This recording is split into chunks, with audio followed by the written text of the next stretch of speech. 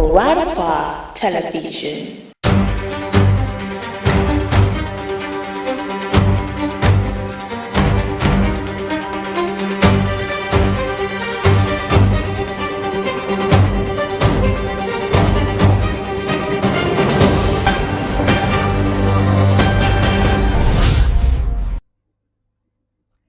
Hello and good evening. You're welcome to Kwararafa Television News Hour.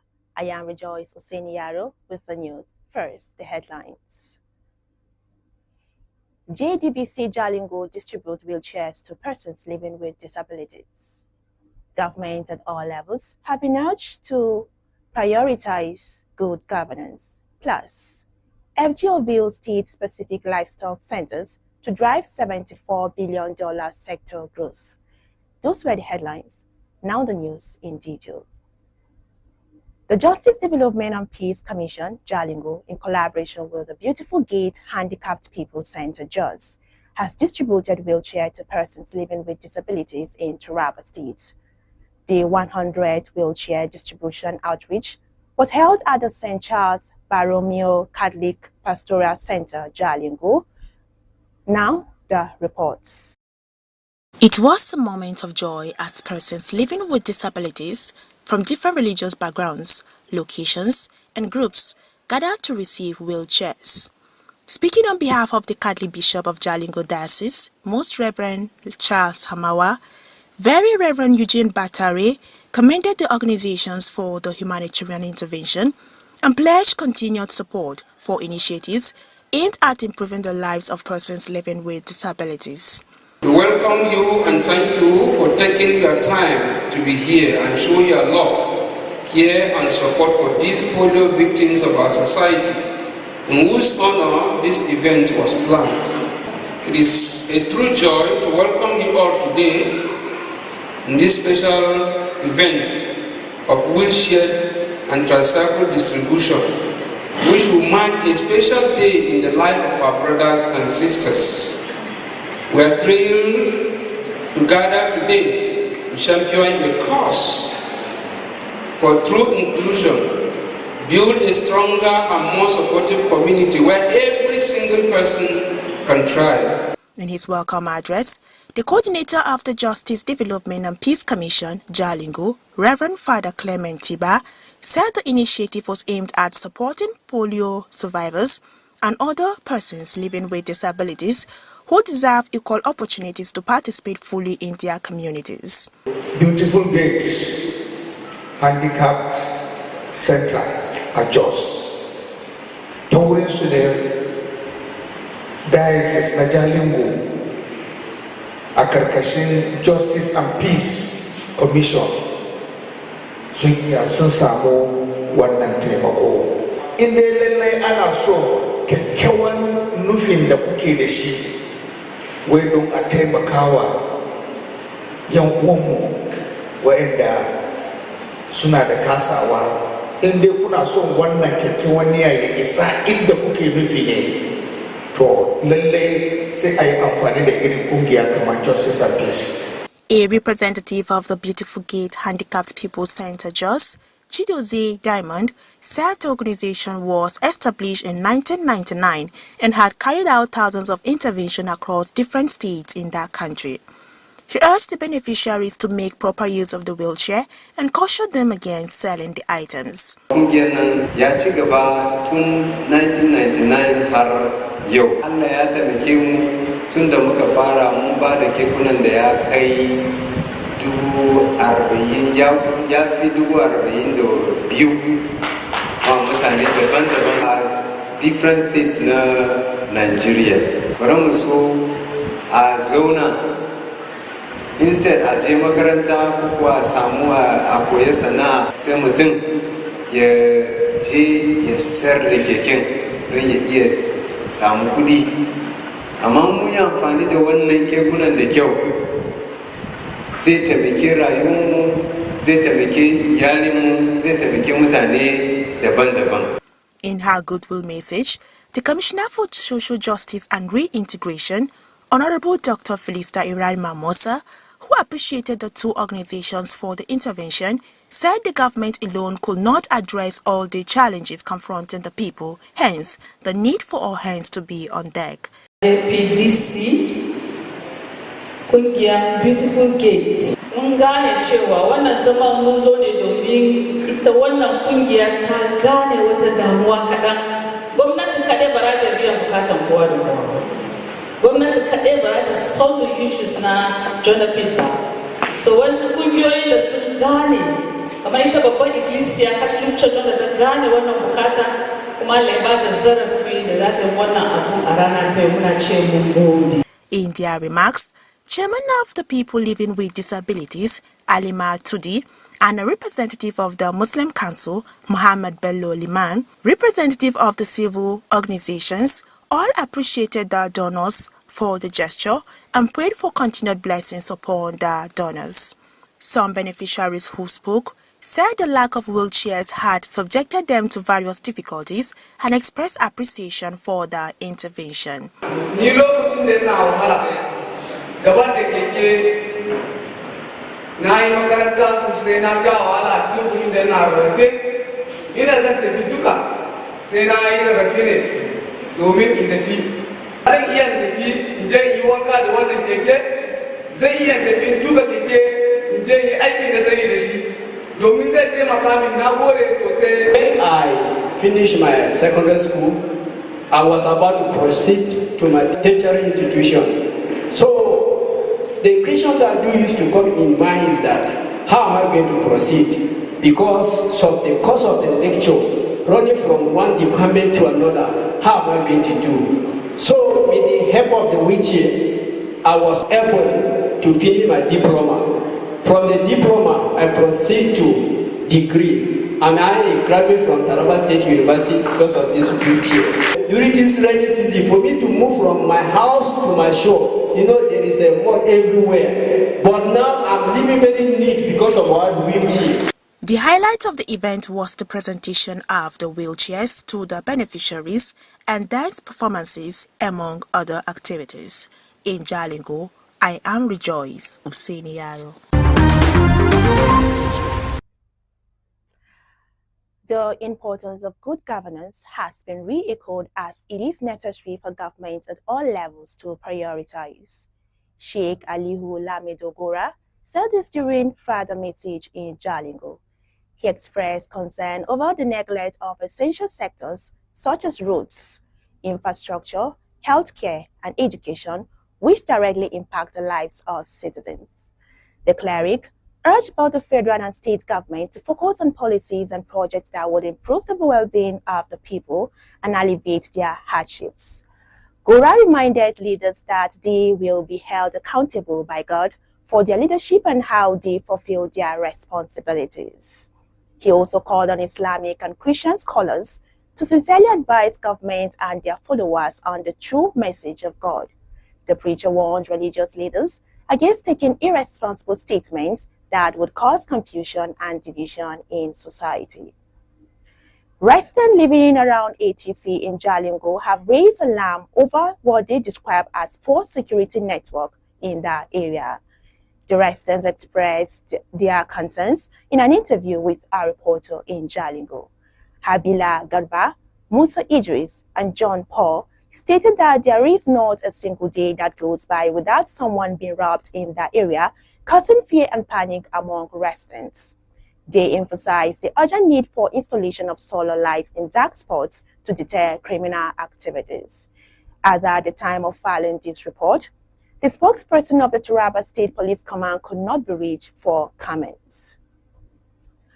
The world head of Nonkuya, Victor Joseph Dadi, has urged the Independent National Electoral Commission, INEC, to uphold integrity in their duties.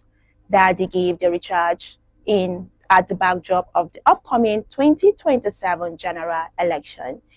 He emphasized that it is crucial for the electoral umpire to do the right thing in order to build the confidence of citizens in the electoral process. The world head advised young people not to allow themselves to be manipulated by politicians, as it will jeopardize their future. He thanked Governor Abukifas for his efforts in promoting peace in Taraba State and called on all Tarabans to support the administration to succeed. The chief imam of Mayagüe Mosque, Sheikh Umar Mahmoud, made the call during Friday congregational prayer in Jalingo. The imam called on the need for youth in Jalingo to shun drug abuse, as has been emphasized. He called on youth and other criminal elements to refrain from acts capable of disrupting the relative peace enjoyed by Turabas. The Sheikh prayed for peace, unity, and economic stability in Turaba State and Nigeria at large. The Nigerian Army application for commission into the Short Service Combatant Commission SSCC CAS 50 2027 commences 14 August 2026. A statement by Public Relations and Strategic Communication Officer of Secretary to Government of Turaba State, Bwese Shita, says the online application will close on Saturday, 17th October 2026. It called on interested and qualified Nigerians, including serving military personnel, to apply online on their website. Applicants must be between 23 and 27 years of age and by 10th January 2027 and possess at least first degree with not less than second class lower division or an HND with no less than lower credit from an accredited institution. Civilian applicants are required to possess an NYSC discharge certificate, while serving military personnel are to present NYSC exemption certificates where applicable. It emphasizes that only tertiary academic credentials obtained from 2018 to date will be considered. Prospective applicants should ensure that required documents, including a recent passport photograph, educational certificate, certificate of state of origin, birth certificate, declaration of age, among others, are available for upload. Application must be completed accurately and submitted not later than Saturday, 17 October 2026. That's the news coming to you on Kwararafa Television. We'll be back after a short break. Don't go away. Stay with us.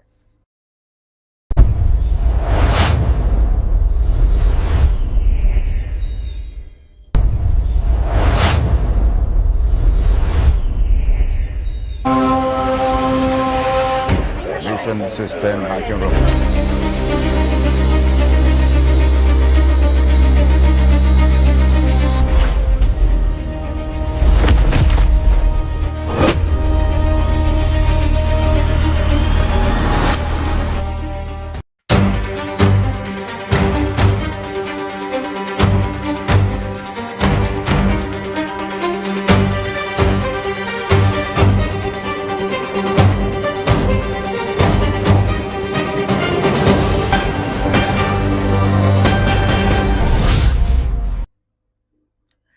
Welcome back. You're still on to the news on Kwararafa Television.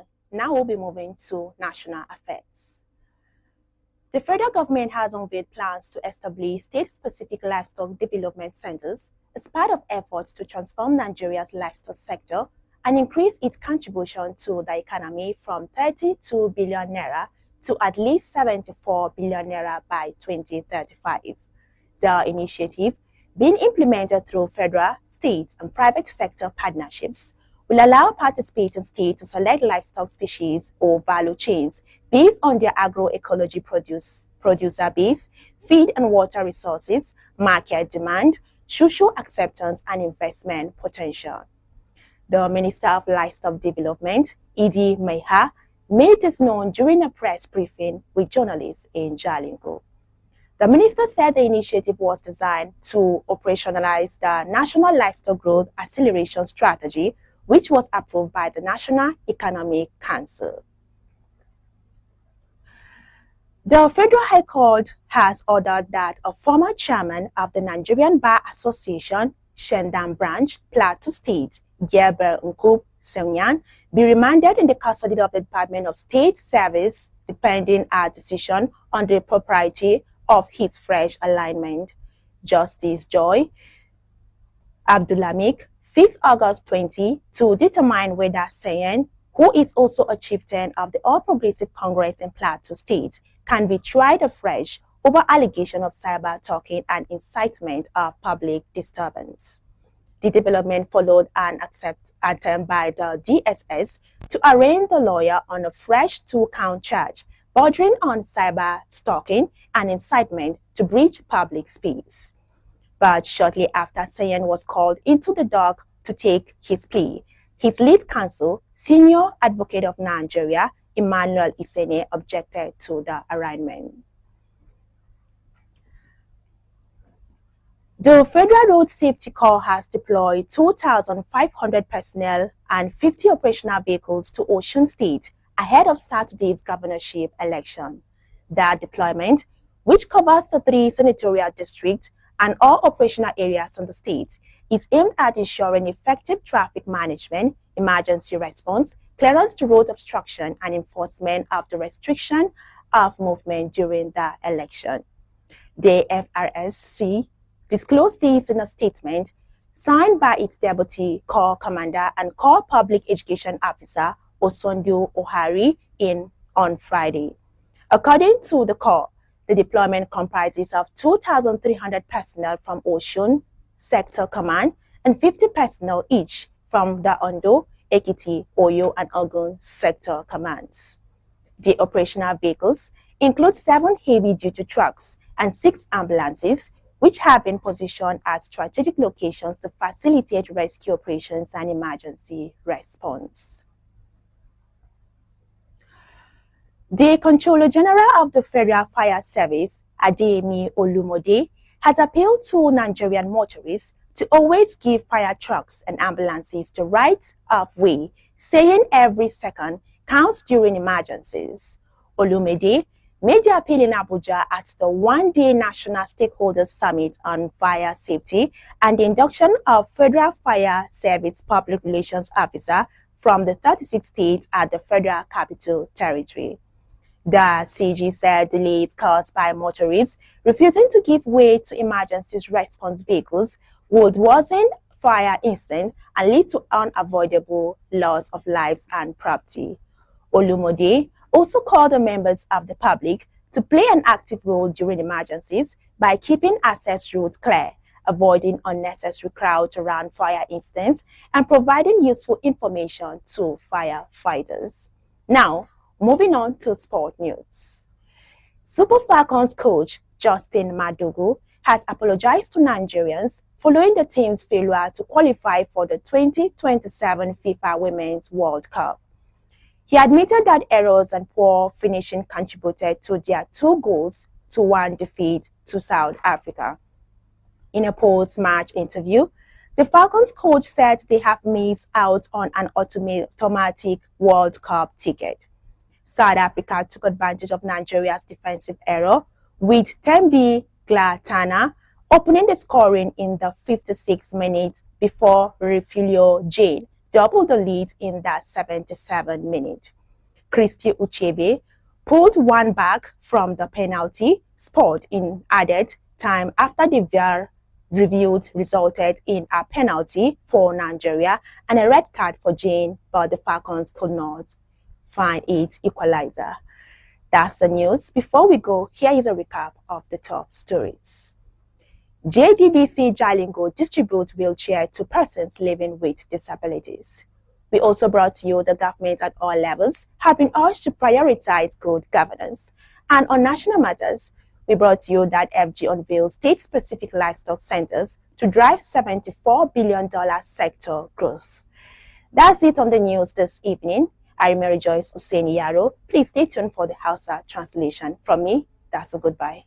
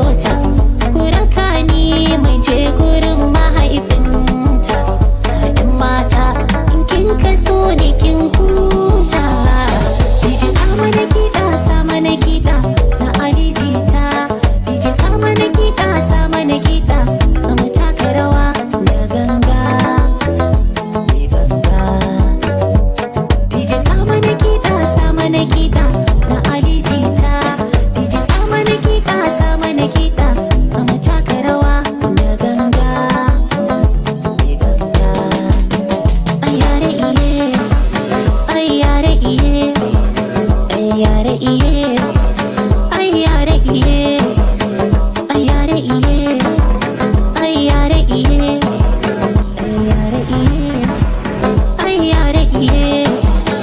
Sannu sannu na kama ni da soyayya, na yi bacci tsakar dare na kan juya, ina tunanin irin zubin kiyarin shi hali jari na ya fi zinare, bani soki kuka da na ji zan kare, zuciyata kullum a san ki ta tare, ga sadaki zan biya sadakinta, a sadakin akwai gida akwai mota, ku raka ni mu je gurin mahaifinta, ɗan mata in kin kaso ni kin huta. DJ sama na kiɗa na alijita, DJ sama na kiɗa a mataka rawa na ganga, mai ganga. DJ sama na kiɗa na alijita, DJ sama na kiɗa a mataka rawa na ganga, mai ganga.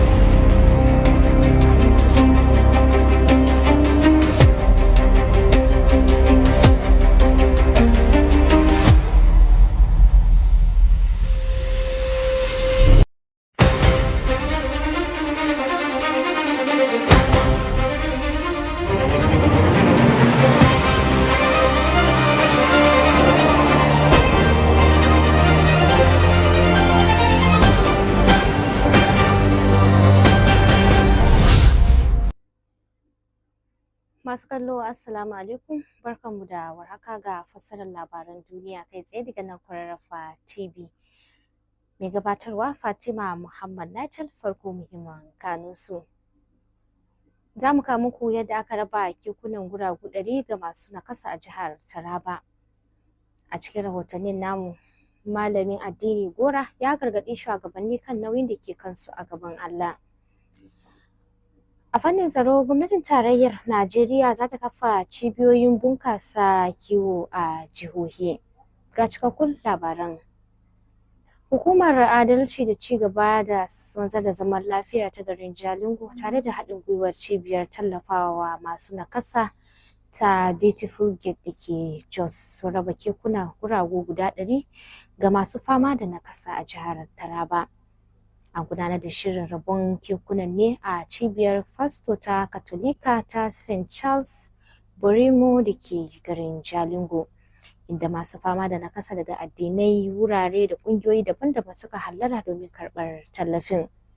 Da yake magana a madadin Bishop na Diocese na Katolika na Jalingo, Most Reverend Charles Hammawa, Very Reverend Eugene Bature ya yaba wa ƙungiyoyin bisa wannan tallafin jin kai, tare da yin alƙawarin ci gaba da tallafawa shirye-shiryen da ke inganta rayuwar masu fama da nakasa. Mai kula da harkokin adalci da ci gaba da wanzar da zaman lafiya ta Jalingo, Reverend Father Clement Tiba, ya ce an shirya shirin ne domin tallafawa waɗanda suka tsira daga cutar shan inna da sauran masu nakasa, waɗanda suka cancanci samun dama iri ɗaya ta shiga harkokin al'umma.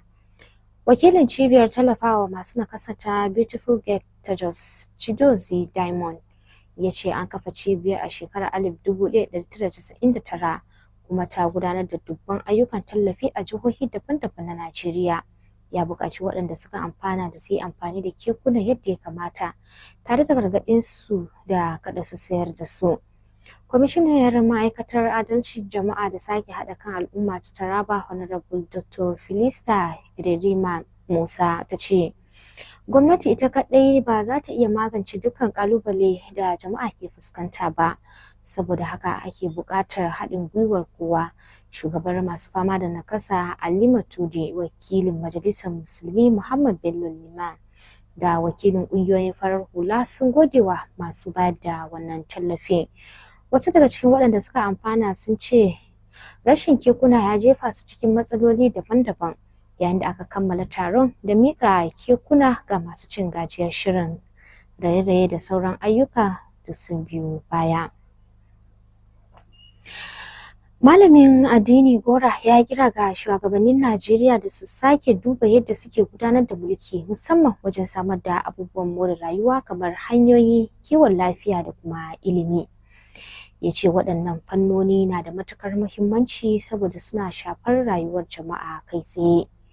Gora ya buƙaci gwamnatin tarayyar da gwamnatocin jihohi da su tsara tare da aiwatar da manufofin da ayyukan da za su inganta rayuwar jama'a da rage musu wahalhalu. Ya nuna damuwa kan yadda wasu muhimman sassa ke fuskantar sakaci, inda yake cewa ya kamata a fi ba su fifiko. Ya tunatar da shugabannin cewa za su fuskanci tambaya daga Allah game da yadda suka gudanar da amanar shugabanci da kuma yadda suka cika nauyin da ke kansu. Ya ce sanin wannan alhaki ya kamata ya sa shugabanni su kasance masu gaskiya da kishin jama'a wajen gudanar da mulki. Malamin ya yi kuma kira ga malaman musulunci da kiristanci da su rika ba gwamnati da mabiyansu shawarwari cikin gaskiya, tare da yin kira ga shugabannin addini da su guji kalaman da za su iya haddasa rudani ko rarrabuwar kai. Ya ce ya kamata koyarwar addini ta kasance hanyar karfafa zaman lafiya da haɗin kan al'umma. Har yanzu dai muna nan a garin Jalingo da ke jihar Taraba, inda mazauna da ke zaune a yankin ATC da ke Jalingo su nuna damuwa kan abin da suka bayyana a matsayin karancin tsaro a yankin, lamarin da suka ce ya jefa al'umma cikin fargaba da rashin kwanciyar hankali. Mazaunan sun bayyana damuwarsu ne yayin wata hira da wakilinmu a garin Jalingo. Habila Garba, Musa Idris da John Paul sun ce kusan babu ranar da ke wucewa ba tare da an samu rahoton fashi ko satar mutane a yankin ba, lamarin da suka ce ke ƙara haifar da tsoro da fargaba a tsakanin mazauna. Sun yi kira da a gaggauta samar musu da fitilun hasken rana a wuraren da ke da duhu, musamman waɗanda suke zama mafakar masu aikata laifuka. A cewar su, samar da isasshen haske a irin waɗannan wurare zai taimaka gaya wajen rage aikata laifuka da kuma ƙara tsaron jama'a. Mazaunan sun jaddada buƙatar hukumomin da abin ya shafa su ɗauki matakin gaggawa domin inganta tsaro a yankin. Sun ce samar da yanayi mai kyau na tsaro zai taimaka wa jama'a wajen gudanar da harkokinsu ba tare da fargabar kai musu hari ko ƙwace musu dukiyoyi ba. Zuwa lokacin haɗa wannan rahoton da kakakin rundunar 'yan sandan jihar Taraba bai samu damar yin sokaci kan ƙorafe-ƙorafen mazaunan ba, saboda ba iya same shi domin jin ta bakinsa ba. Shugaban unguwar Nukunya Victor Joseph Dadi ya buƙaci hukumar zaɓe mai zaman kanta ta ƙasa INEC da ta tabbatar da gaskiya da riƙon amana wajen gudanar da ayyukanta, musamman yayin da ake tunkarar babban zaɓen shekarar 2027. Dadi ya bayyana hakan ne a daidai lokacin da ake shirin gudanar da zaɓukan shekarar 2027, inda yake jaddada cewa ya zama wajibi hukumar zaɓen ta yi abin da ya dace domin ƙarfafa amincewar jama'a da tsarin zaɓe. Ya ce idan INEC ta gudanar da ayyukanta cikin gaskiya da adalci, hakan zai taimaka wajen ƙara wa 'yan ƙasa ƙwarin gwiwa kan tsarin dimokuraɗiyya da kuma sakamakon zaɓe. Ya kuma shawarci matasa da kada su bari 'yan siyasa su yi amfani da su wajen cimma manufofinsu, domin hakan na iya cutar da makomarsu. Shugaban unguwar ya kuma yaba wa gwamnan Taraba Abu Kefas bisa ƙoƙarin da yake yi wajen inganta zaman lafiya a jihar. Ya yi kira ga al'ummar Taraba da su ba gwamnatin jihar goyon baya domin ta samu damar cimma manufofinta. Ya ce haɗin kan jama'a da goyon bayan juna na da muhimmanci wajen tabbatar da zaman lafiya da ci gaban jihar Taraba, musamman yayin da ake tunkarar wani babban zaɓe na ƙasa. Babban limamin masallacin Magwai Sheikh Umar Muhammad ya kira ga matasa da sauran masu aikata laifuka da su guji ayyukan da ka iya kawo cikas ga zaman lafiyar da ake samu a jihar Taraba. Sheikh Umar Muhammad ya yi wannan kiran ne a lokacin sallar Juma'a da aka gudanar a garin Jalingo, yayin da yake magana kan a baya-bayan nan da wanda umarnin da gwamnati Taraba Abu Kefas ya sanya hannu a kai game da yaƙi da shaye-shaye miyagun ƙwayoyi a jihar. Limami ya kuma buƙaci iyaye da hukumomi da abin ya shafa da su ƙara sanya ido kan harkokin matasa a jihar domin taimakawa wajen ganowa da kuma daƙile abubuwan da za su iya jefa su cikin matsalolin shaye-shaye da sauran munanan ɗabi'u. Ya jaddada muhimmancin haɗin gwiwar jama'a da hukumomi wajen magance matsalar shaye-shaye miyagun ƙwayoyi da sauran munanan ɗabi'u, inda yake cewa hakan zai taimaka wajen tabbatar da zaman lafiya da kwanciyar hankali a Taraba. Sheikh Umar Muhammad ya kuma yi addu'ar samun zaman lafiya, haɗin kai da kuma daidaiton tattalin arziki a jihar Taraba da Najeriya baki ɗaya. A fannin tsaron Najeriya, rundunar sojin Najeriya ta sanar da fara karɓar aikace-aikacen shiga kwasa-kwasan horar da jami'an soji na shekarar 2027 daga ranar Juma'a 14 ga watan Agusta 2026. Sanarwar da jami'in hulɗa da jama'a na sadarwa da dabaru na ofishin sakataren gwamnatin jihar Taraba Wese Shita ya fitar, inda ta ce za a rufe aikace-aikacen ta intanet ranar Asabar 17 ga watan Oktoba 2026. An buƙaci 'yan Najeriya masu sha'awar shirin kuma waɗanda suka cika sharuɗan, ciki har da jami'an soji da ke aiki, su gabatar da aikace-aikacensu ta intanet tare da zaɓar SSCC.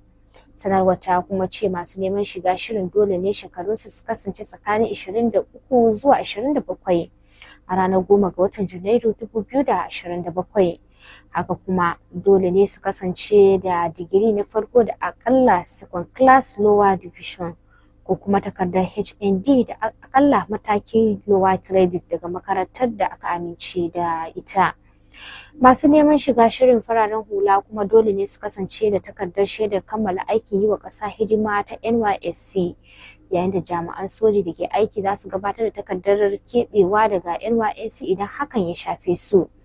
Sanarwar ta kuma jaddada cewa za a karɓi takardun karatun manyan makarantu da aka samu daga shekarar 2018 zuwa yanzu kawai. Ana buƙatar masu neman shiga shirin su tanadi takardun da suka haɗa da sabon hoton fasfo, takardun shaidar karatu da takardar shaidar asalin jihar da takardar haihuwa ko shaidar shekaru da takardun NIN da kuma BVN domin ɗora su yayin neman shiga shirin. An buƙaci kammala aikace-aikacen yadda ya kamata tare da gabatar da shi kafin ranar Asabar 17 ga watan Oktoba 2026. Masu kallon labaran duniya na zuwa muku ne kai tsaye daga nan Kwararafa TV. Za mu ɗauki sakonni idan muka dawo labaran duniyar zai ɗaura a dakance mu.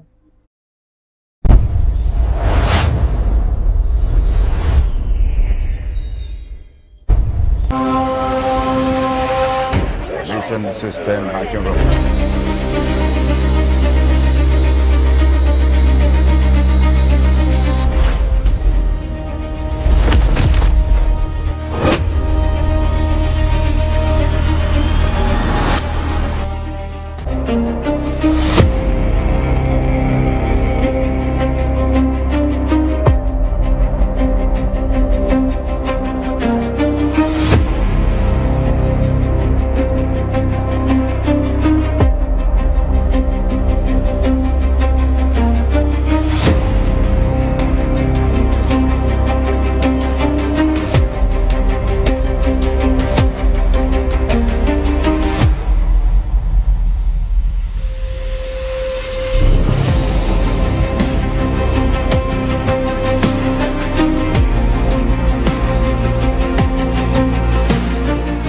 Gidan talabijin na Kwararafa, zaɓinka na farko.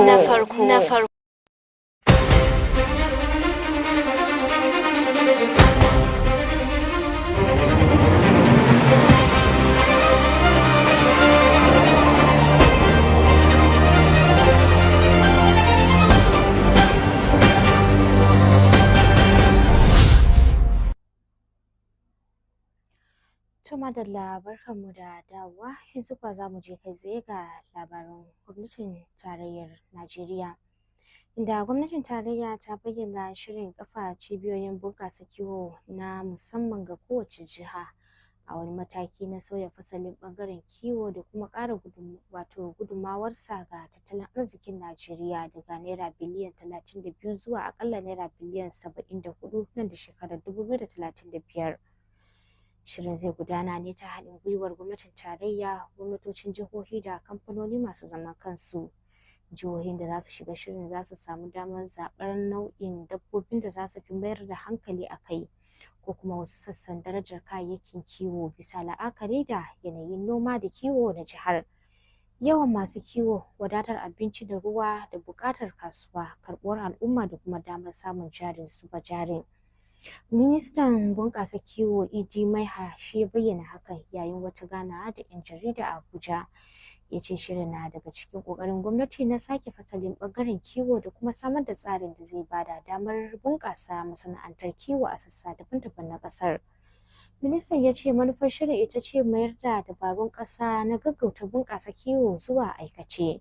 Bayan da Majalisar Tattalin Arzikin Ƙasa ta amince da dabarun, gwamnatin tarayya na fatan shirin zai taimaka wajen ƙara samar da kayayyakin kiwo, inganta damar masu kiwo da 'yan kasuwa da kuma ƙara gudummawar ɓangaren kiwo ga tattalin arzikin Najeriya. Haka kuma tsarin haɗin gwiwar gwamnati da kamfanoni masu zaman kansu na da nufin jawo ƙarin zuba jari zuwa wannan fannin. Nan kuwa gwamnatin tarayya da ke Abuja ta ba da umarnin ci gaba da tsare tsohon shugaban ƙungiyar lauyoyin Najeriya reshen Shandam na jihar Plateau, Gabriel Sayen, a hannun hukumar kula da tsaron ƙasa ta DSS, yayin da ake jiran hukuncin kotu kan halaccin sake gurfanar da shi a gaban kotu. Mai shari'a Joyce Abdulmalik ta sanya ranar 20 ga watan Agusta domin sauraron batun ko za a iya sake gurfanar da Sayen, wanda kuma jigo ne a jam'iyyar APC a jihar Plateau, kan zarge-zargen da suka shafi cin zarafi ta yanar gizo da kuma tunzura jama'a zuwa tayar da tarzoma. Wannan ci gaba ya biyo bayan yunkurin da DSS na sake gurfanar da lauyan kan tuhume-tuhume guda biyu da suka shafi cin zarafi ta yanar gizo da kuma tunzura jama'a da nufin karya zaman lafiya. Sai da jim kaɗan bayan da aka kira Sayin zuwa gaban kotu domin ya amsa tuhume-tuhume, babban lauyan Najeriya Emmanuel Isini ya nuna adawa da sake gurfanar da shi. Saboda wannan ƙorafi na lauyan, kotun ta ɗage yanke hukuncin kan halaccin sabon gurfanarwar zuwa ranar 20 ga watan Agusta. A halin yanzu Sayen zai ci gaba da kasancewa a hannun DSS har sai kotu ta yanke matsaya kan batun. Ana zargin Sayen da aikata laifukan da suka shafi amfani da kafafen sadarwa ta yanar gizo da kuma kalaman da ake zargi za su iya haifar da tashin hankali. Sai dai zarge-zargen ba su zama hukuncin a kansa ba.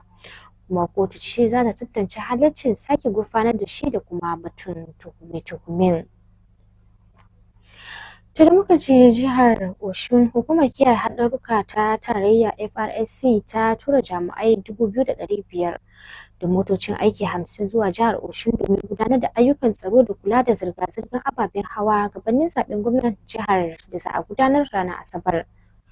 Sanarwar da mataimakin kwamandan hukumar kuma jami'in ilmantarwa da jama'a na hukumar Oshondo Ohere ya wa hannu ranar Juma'a ta ce tura jami'an ta shafi dukkan gudumomin sanatoci 3 da sauran wuraren da hukumar ke gudanar da ayyukanta a jihar.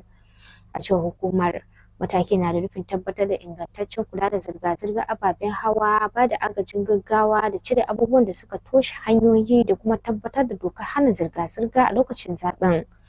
Hukumar ta ce jami'anta za su kasance a wurare daban-daban domin mayar da martani cikin gaggawa idan buƙatar haka ta taso. Jimillar jami'an da aka tura sun hada da 2,300 daga kwamandan yankin FRSC na Oshun, yayin da aka tura jami'ai 50-50 daga kwamandojin yankunan Ondo, Ekiti, Oyo da Ogun. Motocin da aka tura sun hada da manyan motocin jan ababen hawa guda 7 da motocin ɗaukar marasa lafiya guda 6. An jibge motocin ne a muhimmin wurare domin taimakawa ayyukan ceto da ba da agajin gaggawa yayin zaben. Shugaban hukumar kashe gobara ta tarayyar Najeriya Adeyemi Olumode ya kira ga direbobin Najeriya da su rika ba motocin kashe gobara da motocin ɗaukar marasa lafiya damar wucewa a lokacin gaggawa. Yana mai cewa kowane dakika na da muhimmanci wajen ceton rayuka.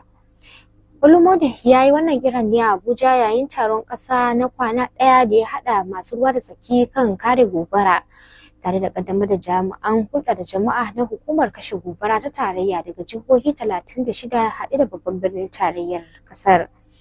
Shugaban hukumar ya ce jinkirin da direbobi ke haifarwa ta hanyar kin ba motocin agaji gaggawa hanya na iya ƙara tsananta gobara, tare da haifar da asarar rayuka da dukiyoyi da za a iya kaucewa. Ya ce motocin kashe gobaran na da na ɗaukar marasa lafiya na buƙatar samun hanya cikin sauri domin isa wurin da ake buƙatar taimako. Olumode ya kuma buƙaci jama'a da su taka rawar gani a lokacin aukuwar gobara ko wani yanayi na gaggawa. Ya shawarci mutane da su guji toshe hanyoyin shiga wurin da lamarin ya faru, tare da gujewa taruwar jama'a ba tare da wani amfani ba a kusa da wurin gobarar. Ya kuma kira ga jama'a da su rika baiwa jami'an kashe gobara bayanan da za su taimaka wajen gudanar da ayyukan ceto. A cewar sa, haɗin gwiwar jama'a da jami'an agajin gaggawa na da muhimmanci wajen rage asarar rayuka da dukiyoyi. To idan muka je ga labarin wasannin duniya, kocin Super Falcons na Najeriya Justice Madugu ya nemi afuwar 'yan Najeriya bayan ƙungiyar ta kasa samun tikitin shiga gasar kofin duniya na mata na FIFA na 2027 sakamakon rashin nasarar da ta yi da ci 2-1 a hannun Afirka ta Kudu. Madugu ya amince cewa kurakurai a ɓangaren tsaro da kuma rashin samun nasarar kammala damar cin ƙwallo sun taimaka wajen rashin nasarar Super Falcons. Ya bayyana hakan ne yayin wata hira da manema labarai bayan kammala wasan. Yana mai cewa Najeriya ta rasa damar samun tikitin shiga gasar kofin duniya kai tsaye. Afirka ta Kudu ta yi amfani da kurakuran da Super Falcons suka yi a ɓangaren tsaro, inda Tembe da Tlana na fara jefa ƙwallo a minti na 56. Kana Refilio Jane ta ƙara ta biyu a minti na 77, lamarin da ya ƙara wa Najeriya wahalar dawowa cikin wasan. Super Falcons ta samu damar rage tazarar ne a lokacin da Chrissy Ochibi ta zura ƙwallo daga bugun fenalti a lokacin ƙare. An bayar da bugun fenalti ne bayan nazarin tsarin taimakon alƙalin wasa ta bidiyo VAR, wanda ya kuma kai ga baiwa Refilio Jane jan kati.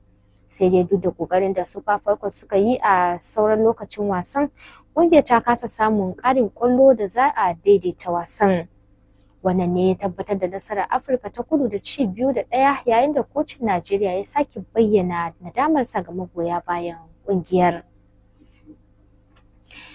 Ƙungiyar ƙwallon ƙafa ta Chelsea bata samu wata tayin sayen Enzo Fernandez a hukumance ba bayan wa'adin da aka bayar na karfe 5 na yamma agogon Birtaniya ya cika. Lamarin da ya sa rahoton yarjejeniyar ficewa ta fam miliyan 120 ta shiga wani sabon yanayi. A cewar Fabrizio Romano a shafinsa na X ranar Juma'a, Chelsea ta sanar da wakilan Fernandez a ƙarshen watan Mayu cewa akwai wata kima ta fam miliyan 120 da za ta iya bashi damar barin kungiyar. Sai dai an ce wannan tsari bai sake nan ba bayan wa'adin ya wuce ba tare da wata tayin hukuma da aka gabatar ba. Rahotanni sun ce Chelsea ta sanar da tawagar Fernandez cewa yarjejeniyar ficewa ta fam miliyan 120 da aka tattauna a baya ba ta kan teburin ba yanzu. Hakan na nufin tsohuwar kimar da ake danganta da yiwuwar barin ɗin wasan ba za ta zama hanya kai tsaye ga wata ƙungiya da ke son sayensa ba.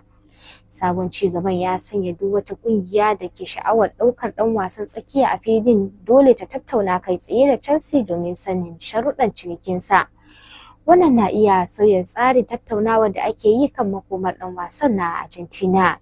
A halin yanzu dai ba a samu wata tayin hukuma da Chelsea ta karba ba, yayin da aka ce kimar fam miliyan 120 da aka tattauna a baya ta janye. Makomar na Fernandez za ta dogara ne kan duk wata sabuwar tattaunawa da za ta gudana tsakanin Chelsea da kungiyar da ke son daukar shi. To da kuma wannan rahoton na labarin wasanni muka kawo ga ƙarshen fasarar labaran duniyar, amma kafin nan ga bitar muhimman su. Ta farko kun ji cewa an raba kekunan guragu 100 ga masu nakasa a jihar Taraba. Kana kun ji malamin addini Gora ya gargaɗi shugabanni kan nauyin da ke kansu a gaban Allah. Kana kun ji gwamnatin tarayyar Najeriya za ta kafa cibiyoyin bunƙasa kiwo a jihohin ƙasar. Ta madadin waɗanda suka tallafa, Fatima Muhammad na da na gabatar da muku fatan mu kwana lafiya daga nan Kwararafa TV.